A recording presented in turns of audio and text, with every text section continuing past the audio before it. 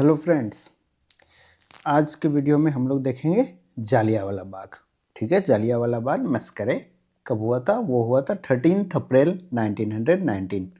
13 अप्रैल 1919 को जालियांवाला बाग मस्करे ब्रिटिशर्स के द्वारा ये किया गया था। ठीक है, माइकल ओ डायर एयरक्राफ्ट से स्क्राफ्टिंग कर रहे थे। माइकल डायर ने वो देखेंगे आगे। चलो देखते हैं जालियांवाला बाग क्या था। British troop fired on a large crowd of unarmed Indians in an open space known as Jallianwala Bagh in Amritsar, Punjab. ठीक है, पंजाब में अमृतसर है। अमृतसर में एक जालियांवाला बाग है। वहाँ इंडियंस आए थे,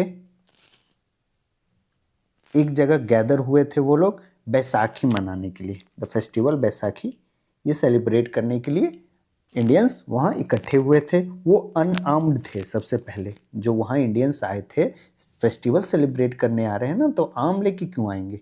ठीक है, वो अनआर्म्ड आए थे, निहत्थे आए थे। ठीक, उनके ऊपर, वो निहत्थे इंडियंस के ऊपर ब्रिटिश ट्रूप ने बिना वार्निंग दिए हुए फायरिंग स्टार्ट कर दिया था। ठीक है, चलो तो हमने देखा कि जालियांवाला बाग में क्या हुआ था। जालियांवाला बाग में अनआर्म्ड इंडियंस के ऊपर ब्रिटिश ट्रूप ने लार्ज स्केल फायरिंग स्टार्ट कर दिया। क्यों? Gandhi called for 1 day Rowlatt act Satyagraha throughout the country. ठीक, in Amritsar leader like Satyapal and Saifuddin Kitchlew has been arrested. Brigadier general Reginald Edward Harry Dyer was given the task of restoring order. Among the measures taken was ban on public gathering.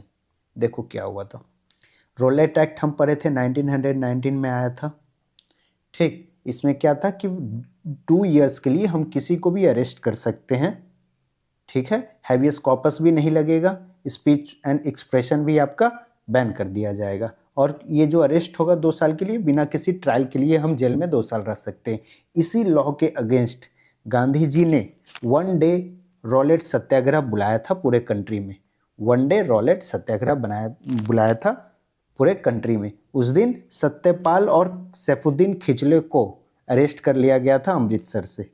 Amritsar से सैफुद्दीन और सत्यपाल को arrest कर लिया गया था by Britishers. General Dyer थे, इन्हें task दिया गया कि आप ये जो सत्याग्रह चल रहा है ना, ये सत्याग्रह को आप रिस्टोर करिए। ठीक, ये सत्याग्रह को सप्रेस करिए। तो किस ब्रिटिशर्स को ये काम दिया गया था? हैरी डायर को।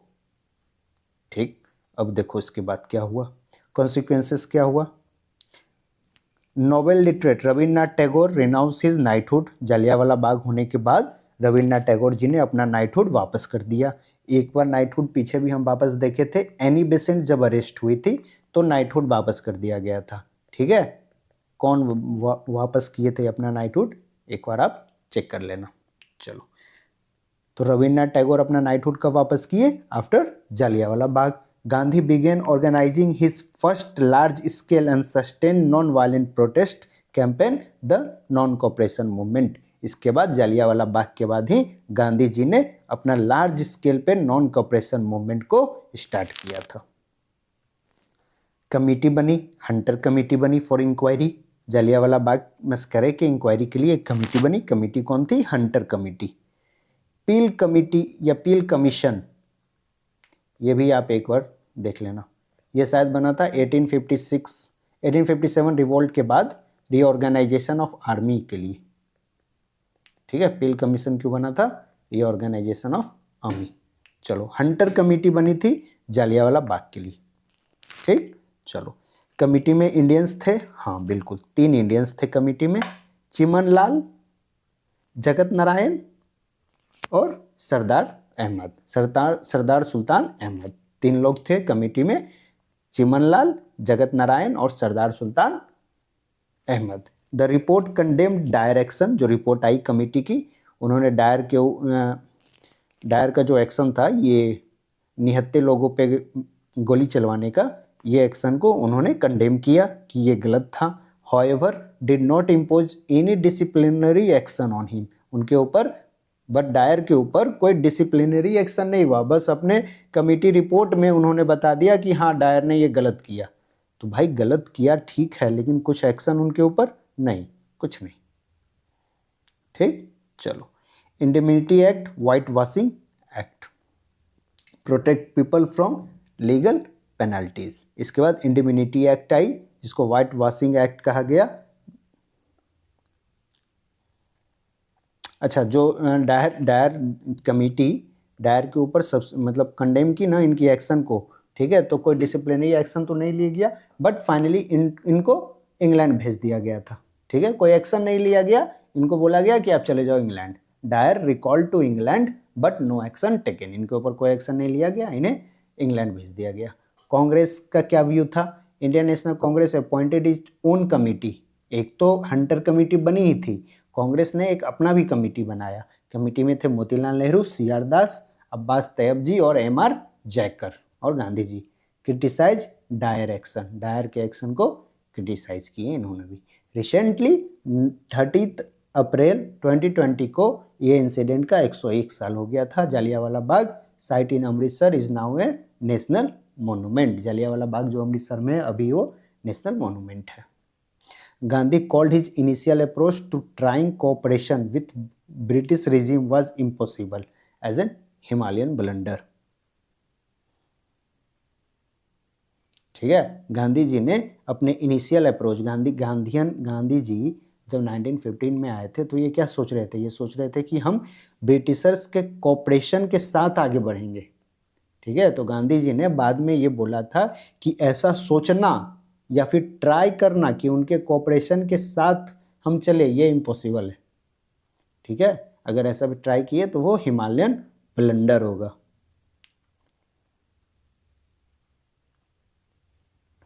चलो, जालियांवाला बाग देख लिए, ये कब हुआ था?